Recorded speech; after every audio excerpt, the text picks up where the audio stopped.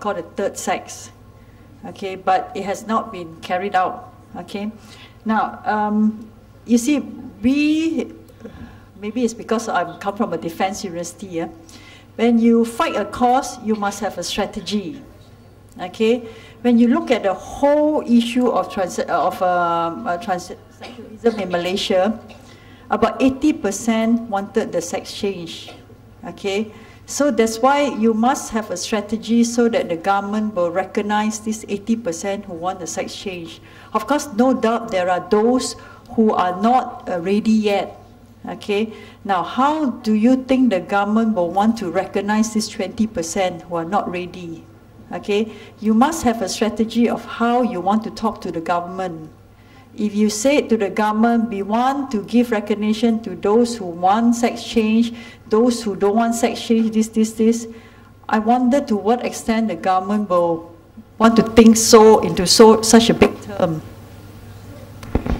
I think the present strategy is to actually allow the 80% to have their sex change. Okay, that is what I was thinking.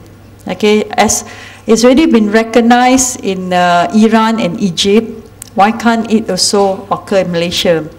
Now, where changing IC is concerned, there is a case, okay, I don't know whether it has been made into a precedent, okay, where this girl managed to change her IC and with a female name, okay, but you must go through a lawyer to fight the case. In fact, I have one transsexual who already had her sex change. She wanted to change her IC. She went to registration department. Some registration department, very rare, I wouldn't say many, actually allow the change of her name. So we were hoping that if she just put in her form, perhaps they will do it for her. But unfortunately, she's facing a lot of delay, and she may need to go and find a lawyer to fight her case for her, just like the previous case. Now, we have to fight for everyone's rights. And saya, sometimes, being transgender, you may say that saya tidak minta dilahirkan untuk menjadi insan yang disisihkan. So we do not want, we did not request to be born and later on to be sidelined, So in view of that, I feel we may have many forums, we may have seminars, but we have to take some action. For example, we have to form, for example, Majlis Pemuafakatan Insan Istimewa. We must call ourselves, those transgender, as Insan Istimewa, special person. And eventually, we can issue, through the caucus atau majlis, a card.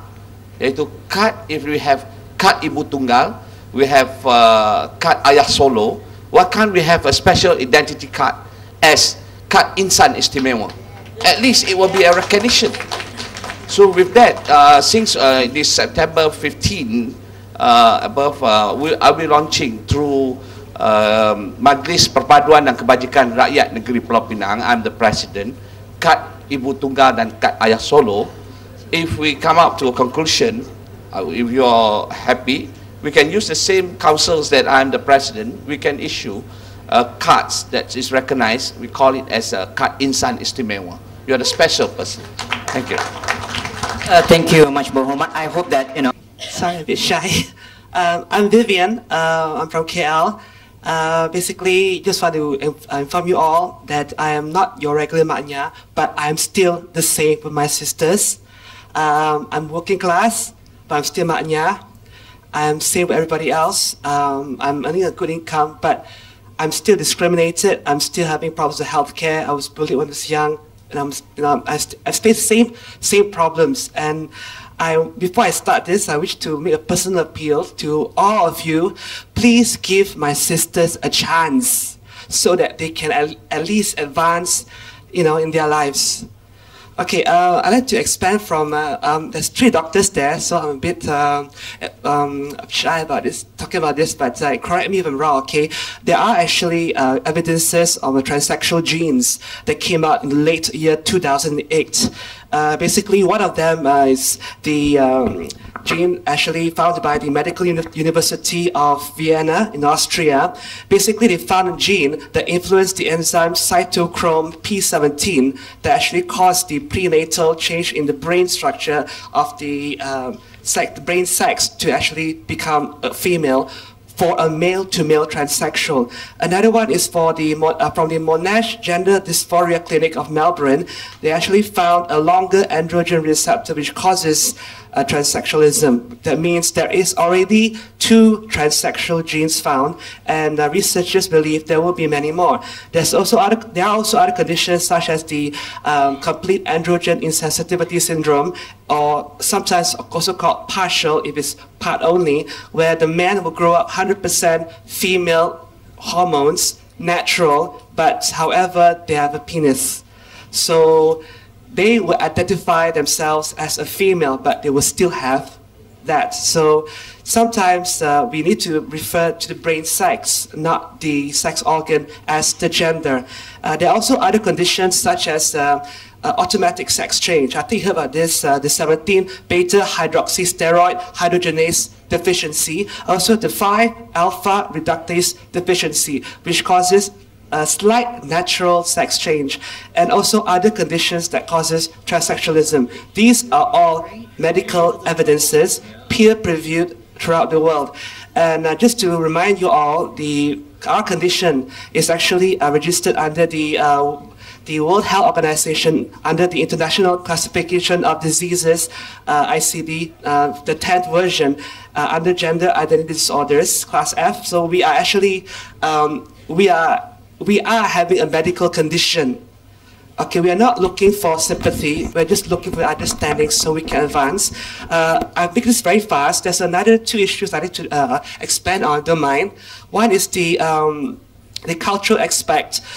Basically, I believe Dr. Zaki and also Dr. Chow would know that transgender women of color in the States, they face a higher risk of hate crimes and murders.